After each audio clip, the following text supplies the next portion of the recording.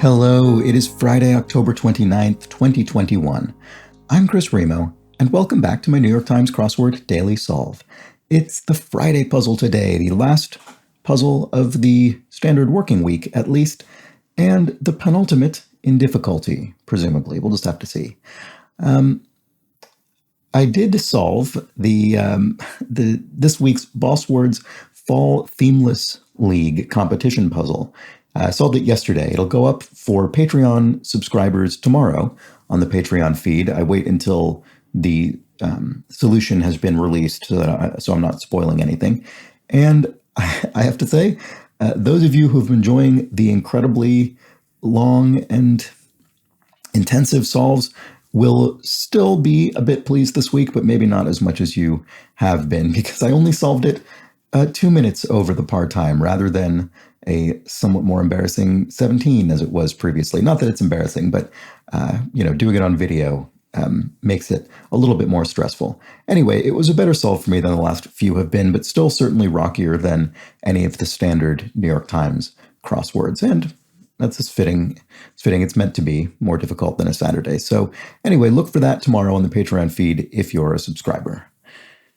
And let's get on to some clues from yesterday. There are just a few fairly brief clarifications after yesterday's Thursday puzzle, which I think, went pretty smoothly for a Thursday. It wasn't a very wacky theme, so we'll have to wait another week to see if we get one of those. Kathy Swope writes in to say, I Fall to Pieces, the country song referenced in yesterday's puzzle, is indeed a country hit by the late Patsy Cline, written by another famous country icon, Willie Nelson, before he launched his singing career. And Halcyon explains that TMZ, the celebrity gossip website, I guess, stands for 30 Mile Zone, which is named after the rule where filming within 30 miles of Hollywood is considered to be filmed locally, and so the crew isn't eligible for the extra pay for going to a distant location. I had no idea either of that concept or of that initialism. And finally, Celeb Albreton points out that basta indeed means stop or enough in Italian, from bastare, to be enough, though basta, as an interjection, seems to have been passed along into Spanish, enough to have a place in online Spanish dictionaries. That's interesting. So, I always have heard that Spanish and Italian interact quite closely. My Italian grandfather, I think it was always said that he was able to pretty easily converse with fluent Spanish speakers, despite not sort of technically knowing Spanish. So certainly languages that share a lot. Okay, let's move on to today's puzzle. This is a Friday crossword constructed by Amy Lucido, and edited, as always, by Will Shorts. There will not be a theme. This will be the first themeless puzzle of the week. Our two themelesses are Friday and Saturday. So just unadulterated crossword solving. Ready to get started? Okay. Rhyming ice cream treat. A rhyming ice cream treat. This is probably pretty apparent. This is the kind of thing where if you know it, I'm sure it's quite apparent. And maybe I do, but I'm not getting there. They may be loaded or covered. It's a sports phrase. It's the bases. Bases loaded or bases covered from baseball. So there we go. Fierce. Brutal, perhaps. Most desirable as guests.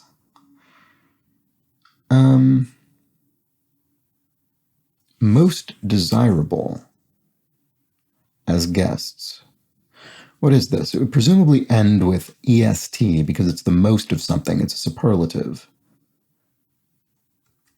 I wonder if bases could be wrong. I was so confident about that at the beginning. Alta competitor. I'm not sure. And whizzes. Could be a whiz as sort of an ace, someone who's excellent at something. It could be whizzes as in speeds. Whizzes by, speeds by. And accepts a ring, perhaps. Could be says yes. I mean, it could be answers a phone, but it could be says yes to an engagement ring. That doesn't really help confirm whether bases is correct, because this is a ton across is a plural clue, which means the answer will be plural, so most likely will end in an S, so that doesn't necessarily help. If you ask her to make you a sandwich, she'll say, Okay, you're a sandwich.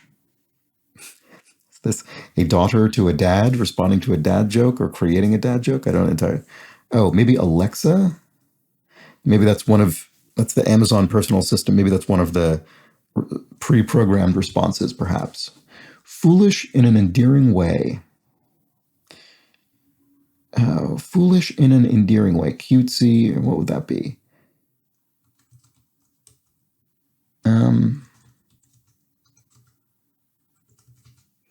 Whizzes. Excels? Exceeds? Bachelorette party accessories. I don't know. Oh, sashes, I think, often.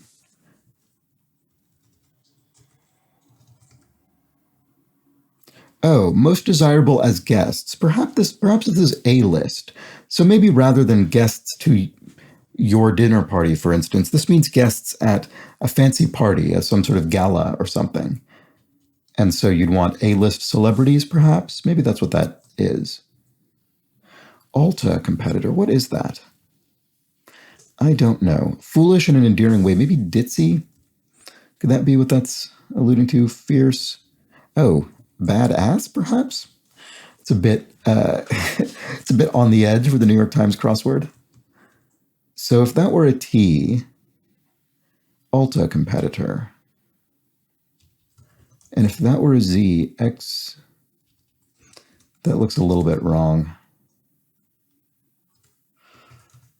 One might begin, it was a dark and stormy night. Ah, story, maybe a ghost story. Ice cream shop supplies. Sticks? Is there something they put on sticks? Yemeni money?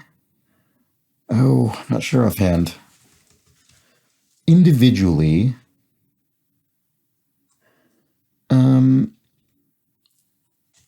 And Burr. I mean, this could be scary story as well. And that would help Berg's end in S. Yeah, I probably was a little presumptuous with ghost story there. So let's try scary story. And maybe the Yemeni money is the real. Probably not. Berg's. So this would be towns or cities. I mean, towns would fit, but that feels a little bit... Without any crosses, I don't know if I want to put it in. Individually, okay, let's see here makes this look better. Something each individually. But I'm not sure yet. I Spy or Backseat Bingo. Backseat Bingo. I've never heard of Backseat Bingo, but maybe you play that in a car, in the backseat of a car game, maybe? I wonder if... So I Spy, you sort of say, I spy with my little eye something that begins with C, and then you'd say car game because it's in the crossword. But Backseat Bingo, maybe that's a very similar thing, except that you've defined the things you want to see ahead of time, like on a bingo card. I don't know. Okay. Some world leaders. They could be emirs of an emirate. Oh, ice cream shop supplies syrups, as in chocolate or strawberry syrup, I suppose. And then French word that sounds like a letter of the alphabet. Ah, it could be O for water, which sounds like, in English, the letter O. So maybe this is organization involving coursework. Coursework. So we don't get a lot of help as to what this letter could be. Ordinarily, if this were not an abbreviation, and we see that it is because org is an abbreviated form of organization. So without that, this could only be a few things. It could be a vowel or maybe an S, but if it's an initialism, the first letter could be basically anything. So not sure yet. Ask why should I say. It could be sass. You could, sass as a verb, to sass somebody, say, why should I? It's a retort. It's sort of a slightly rude retort. Ulta competitor. Oh, Sephora? Maybe Ulta is, they sell makeup and skincare and things like Sephora does. And then foolish in an endearing way, I suppose dippy or dipsy? And whizzes would be experts, so dippy looks correct. And then a way to go is a route, RTE. All right, so I definitely struggled with that area up there, but at least there was constant little, constant drip, drip, drip of progress, even though there was resistance. Blank Stark, role for which Sophie Turner was Emmy nominated. I don't think I know whatever this is from. Okay.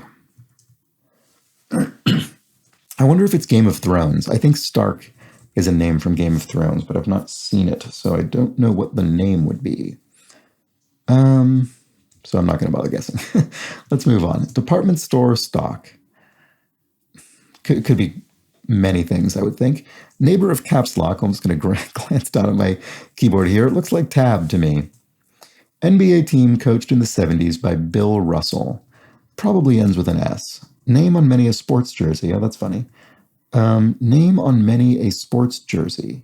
So what would be on many sports jerseys? Would that be a common sponsor? Oh, maybe it's simply sponsor as opposed to a particular sponsor. That actually was easier than, well, should have been easier than I made it, but I got there. Easy peasy. That Easy peasy was the theme revealer. Maybe last Thursday, perhaps? A snap, perhaps? Something is easy peasy, it's a snap. And this, as I've said before, this doesn't always hold true. Sometimes it's not precisely the case, but generally speaking, the level of formality of the language used in the clue will roughly map to the level of formality in the answer. So here we have easy peasy, which is a slangy term. Similarly, a snap, it's a snap. It's a bit of a slang term. It's idiomatic. So those things, they sort of match. That's often the case. Sasha Stark, perhaps? No, that doesn't fit. Blank step further.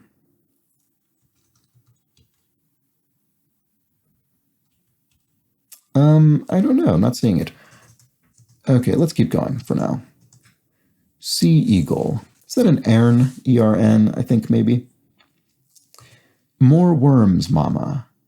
So this is in brackets, which means that we're looking for an answer that isn't necessarily verbal. It might be a vocal sound, but it's not necessarily words. Or, I mean, the answer could be a word, but it could represent a sound rather than a spoken word, for instance. Maybe, cheap, for instance, you could imagine or cheap with an E. How do you spell that when a bird says it? I'm just imagining what a baby bird might say in calling for more worms from its mama. Cheep, cheep, maybe. But I don't really know. What was this? Virtuosa's display. So this is referring to a woman expert at something. I mean, I think this would be most often associated with music of some kind, so a singing display or musical, musicianship on an instrument. Put down, and I'm wondering why it needs to be a woman in particular. I wonder if it's a female vocal range. Because if it were a musical instrument, the gender wouldn't really make any difference. So that could be either misdirection or it could be relevant, and I don't know which it is. I feel as though in the New York Times puzzles, there's less often that kind of misdirection, but, I'm not sure. Put down. Could be laid something on the table, put something down on the table. Vote by blank, vote by mail, it could be. Gave faithfully, in a way.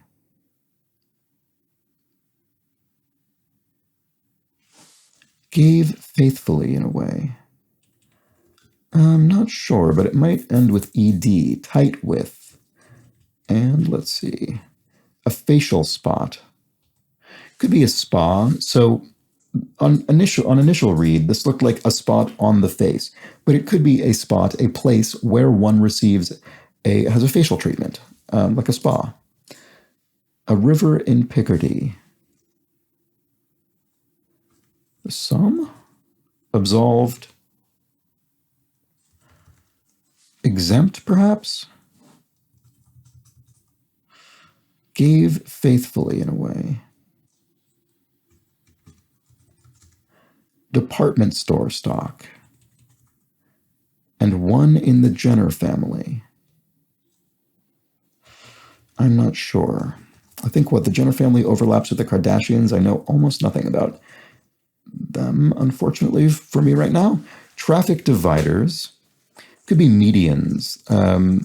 Strip of, I guess, usually concrete that separates opposing directional lanes of a road.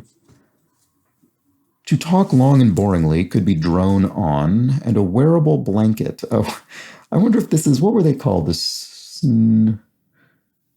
slanket, maybe? Oh, so maybe this isn't earn. This was something, or a Snuggie, maybe? There was another brand. There was a strange period of several years in which these sort of combination blanket robe things became almost obsessively marketed on television. And there were a few competing brands, and I think two of them were Slanket and Snuggie. What a strange, I mean, I'm sure they still sell these, but there was definitely a period of time when they were extremely dominant for whatever reason. I don't know if people were buying them. I mean, they must have been because they were advertised so heavily. Okay, tight with could be in good with. Shield adorned with Medusa's head. Aegis, I would think, which we use now as a general to indicate protection of shield. A protective domain, perhaps. Static EG could be noise on a radio, for instance. A twisted look could be a sneer. All right. Capital near the old Oregon Trail. Well, this is quite a few crosses, and I'm thinking it's Boise, Idaho. And then Nickelodeon's longest running game show. Well, it looks like Doubt, doesn't it? I don't recognize this, but I don't know what other letter could come here. A deal-making pro. No. Oh, no, sorry. Double. It must be double, because a deal-making pro is a closer. Coffee is for closers. As was said and often quoted from Glengarry Glen Ross, I think, by David Mamet. Okay, so double down or dare, double dare. That sort of sounds familiar. Okay, more worms, mama. Huh. Click, click, click. Is that? Oh, gave faithfully in a way. Could it be titled? Would that be sort of a noble title, maybe? I don't know. Virtuoso's display. And taking a heavy science course load, perhaps. Taking a heavy science course load, perhaps. So does it matter that it's science in particular? Otherwise, it could simply say taking a heavy course load. Oh, so yes, it probably does matter. So it could be pre-med. So I feel as though this puzzle has a bit of, it really matters to pay attention to some of these particulars. I wonder if that means virtuosa will matter that it's a virtuosa and not a virtuoso, for instance. I mean, virtuoso in English, I think, could refer, is sort of non-gender specific, but the fact that they're specifically choosing the female form of the word makes me think it might be relevant, especially because here we have this taking a heavy science course load as opposed to taking a heavy course load, and that does tie into pre-med, be it undergraduate degree that's sort of going to lead into graduate studies in medicine. Okay, a certain blood vessel to a physician. I don't know. Blank Burgundy, Will Ferrell persona. Well, here's another thing I've not seen, but I do recognize. Ron Burgundy from the film Anchorman, which was set in San Diego, where I largely grew up, but I've never seen the film. Okay, short person's group photo position, ideally. Well, I can, as a short person, I can confidently say this is in front. And to go bar hopping, say. To go bar hopping, say. So the say means this isn't a synonym of go bar hopping. It's not a direct definition, but this is an example of this thing. But is that helping me? I'm not sure. Hairstyle for two down. Well, with these crosses, I think it must be an afro. So does that help? It looks like it could begin with bar, but I don't think it will, because bar is in the clue. And generally speaking, I mean, pretty much always, you're not going to repeat a word from the clue in the answer. I think even if, in this case, it's part of a compound word like bar hopping, I still don't think you'd see it in there. Oh, carouse. Right. So that's why we've got that say here. To go bar hopping and to carouse, these things do not have the same meaning. One is not a definition of the other, but to go bar hopping, say that's an example of carousing, for instance. So that's why it's there. NBA team coached in the 70s by Bill Russell. It must be the Sonics. I don't know what else that would be. And then blank Stark, role for which Sophie Turner was Emmy nominated. Well, it'll be a vowel, obviously. Sansa, Sensa, Sinsa, Sansa, or Sansa. None of those sound like ordinary names, so I assume it's well, I mean, I don't know, maybe it's a name in another language. Or name derived from another language, I should say. So blank step further, go a step further, I suppose. Oh, organization involving coursework. I wonder if this is the LPGA, the sort of strangely and slightly archaically named Ladies Professional Golf Association, I think. And then the Yemeni money was real, so I was right about that. What do you know? And then Sansa with an A, Stark. I'm going to have to take it on faith that that's correct. Okay. Did I guess that was Game of Thrones? I think I did. I'm pretty sure this must be Game of Thrones. I think that's where Stark comes from. Certain blood vessel to a physician, ginormous. Ginormous. So it's sort of a slightly slangy way to say extremely, extremely huge, and it also ends with O-U-S and has an M in it. What else would this be? And then that sounds about right. Well, it ends with so, which looks correct. I reckon so. Yeah, that fits. I reckon so. That sounds about right. And again, here we have a contracted form of about to make about right. And you might think, well, that means there must be something contracted in the answer.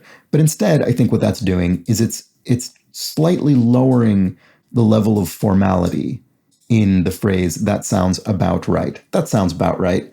It makes it a little bit less formal. And that does accurately match, I think, roughly the level of formality in I reckon so. It's not a contraction.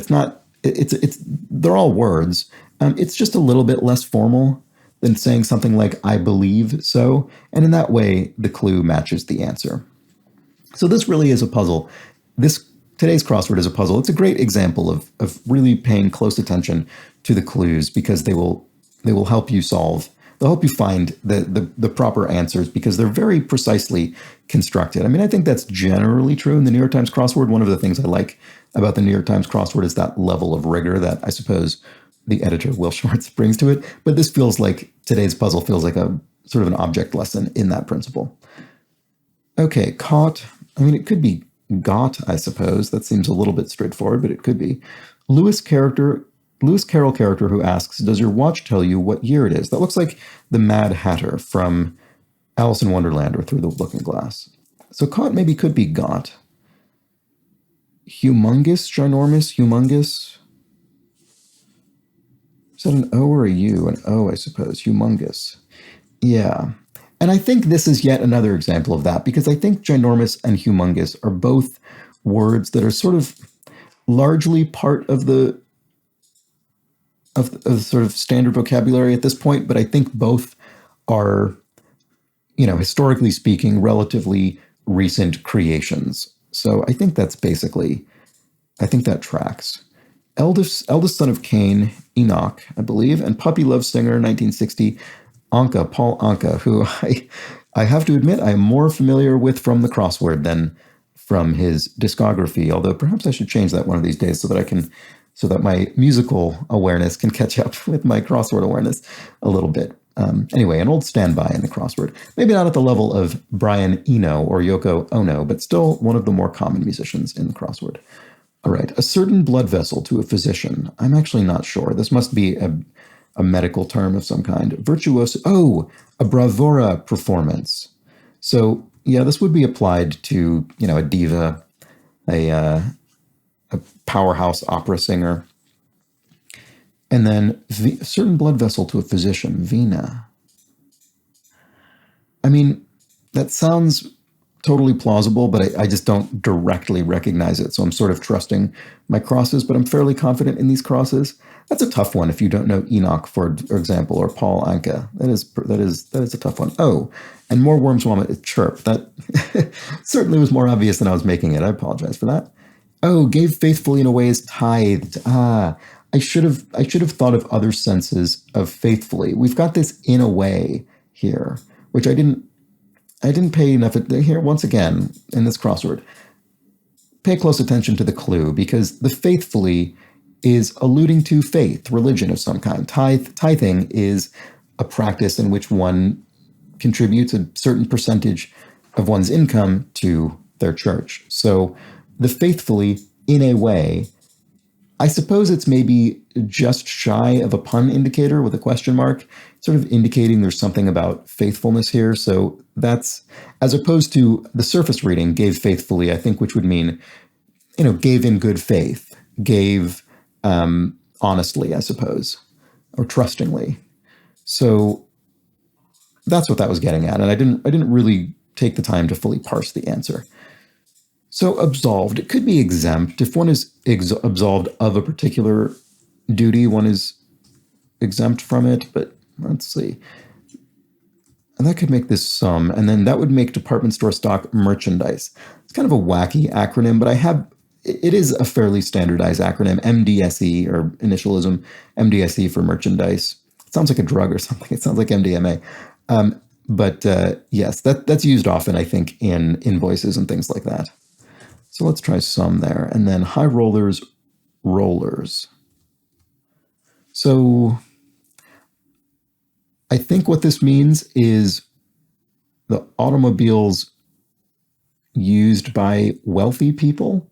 High rollers, wealthy people, and rollers, I suppose in this case, cars. And I think using rollers to indicate cars indicates that this will be some sort of slang term or contraction. So maybe limousines, the rollers of a high roller. And bygone could be one time. And again, just another example of many in this puzzle to pay close attention to how the clue is constructed, because that in itself is sort of a contained meta clue. It's a clue within a clue. A response between a smile and a belly laugh. A chuckle, maybe? Sort of a light laugh, but more than a smile. One in the Jenner family. Chris, it looks like. I don't know what other name that would be. And that does make absolve exempt. So I sort of guessed at that early, but I wasn't really sure. Summer setting in the Windy City. So when you see summer setting, usually that's referring to daylight savings times. Not always. I mean, setting could be a place. But often when it's combined with a time of year, like summer, it's alluding to daylight savings time or the opposite of it, the absence of daylight savings time. It could say winter setting, for instance, if it were standard time. And so even if you don't know that the Windy City, which refers to Chicago, is in, I guess, the central time zone, if you had the crosses, the summer setting indicates the daylight element of it. So we have CDT here. And then a Woodstock headliner. I don't think I've seen this clue yet. This would be Hendrix, Jimi Hendrix. And the boob tube with a question mark. So boob tube usually means television, but the question mark indicates some kind of pun. What would start with un something, as in non something? Could be totally unrelated. Let's move on and get some crosses, hopefully. What there will be if you cross the wrong person.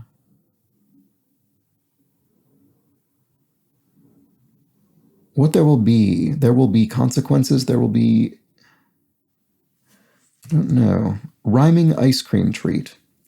Probably starts with chalk for chocolate. Does that help with 4 down? The Browns on scoreboard. Oh, the Cleveland Browns sounds familiar. What is this? Is chuckle maybe wrong? I hope this is right. I do think that is Central Time, though.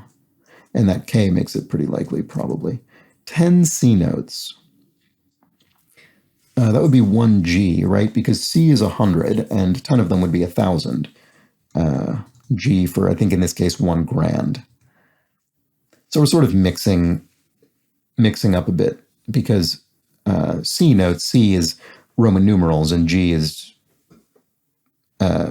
short for grand for 1,000. But those are both sort of slangy ways to refer to banknotes.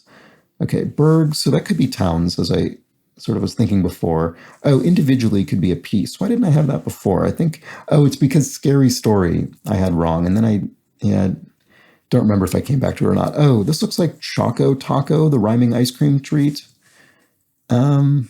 Spanish hay. Oye.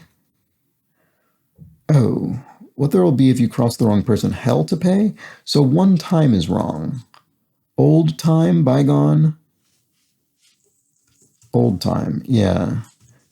Yeah, it's funny. I think those could work. Those could both work pretty well because you could say, a bygone employee, a one-time employee, or sort of a bygone tradition, an old-time tradition. Those both sort of work, I guess, depending on the context in which you're using them.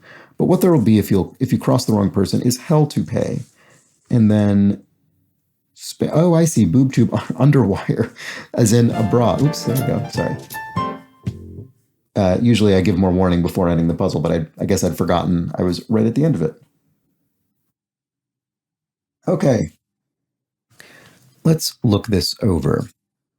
So this was, I think this was quite a good Friday puzzle in that I think it was offering a level of challenge throughout. I don't think I ever got fully blocked. I don't think I ever had a point at which I was just totally struggling with what to do next. But I also I didn't really have very many periods in which I felt that I was just utterly flying through the puzzle. And I think that's pretty much what I want out of a themeless puzzle, really, is a bit of resistance, but not something totally stymieing. Although, again, as I always say, this really does depend person to person.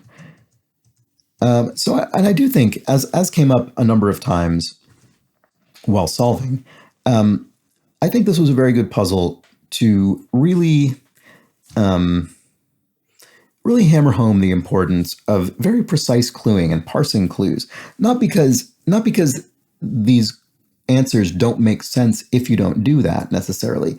It's just that it helps you solve a little bit more it helps you solve a little bit more quickly if you can understand what the precision of the clue is doing, why it's there, why did they choose these specifics. And I wonder if bravura, does the A at the end of bravura, does that contrast to bravoro?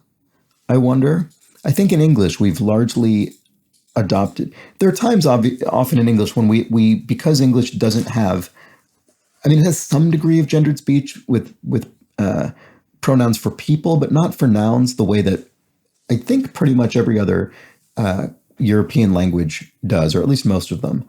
And so we tend to adopt, I think largely arbitrarily, one gender or the other. And so barista, for instance, that contrasts to baristo, which would be a male, what we call barista, but we just say barista. That's just what we have. And so I wonder if bravura is an example of that. And that would match with virtuosa's display. And so it's just a little bit of a hint. And similarly, pre-med, as I already went over this, so I'll just mention it briefly, but that heavy science course load tells us what makes this different than simply a heavy course load, which might make you think of a sort of overachieving student in a general sense or something. There were quite a few of those throughout the puzzle, and it's a good practice to pay attention to that kind of thing, both because it helps you solve the puzzle, obviously, but also because I think it benefits you in one of the ways that the crossword is generally sort of a nice thing to do, is that it helps you develop a facility around precision of language. I don't mean that you need to speak in a halting or overly ornate or complex way or anything. It's just nice to understand how words work in a precise way, so you can use them however you like. It doesn't need to be in a I don't know what's the word I'm looking for. It doesn't need to be in a pretentious way. Just understanding the precision to the extent that you want or need to use it for any reason. And that's just one of the things I think that is nice about the crossword. It just helps your facility with language and vocabulary. Anyway, yeah, good Friday puzzle. I really enjoyed it. Well done, Amy Lucido, or Lucido. Don't know which it is. And I hope you enjoyed the crossword, and I hope you enjoyed the video. If you did, please do subscribe to the channel. And then you'll see these videos as they go up each morning, or in the middle of the night if you live in North America. So when you wake up, they're waiting for you most of the time. If you subscribe, it'll be very easy to find each day. So go ahead and do that. And if you know someone who might enjoy these, why not pass it along? Pass along this series. They might, there'll be hell to pay if you don't. If you cross the wrong person, that's me. There won't be. I'm not the wrong person to cross. Nothing will happen if you don't cross me. If you do or don't cross me, I guess, for that matter. But you could do me a favor and pass it along.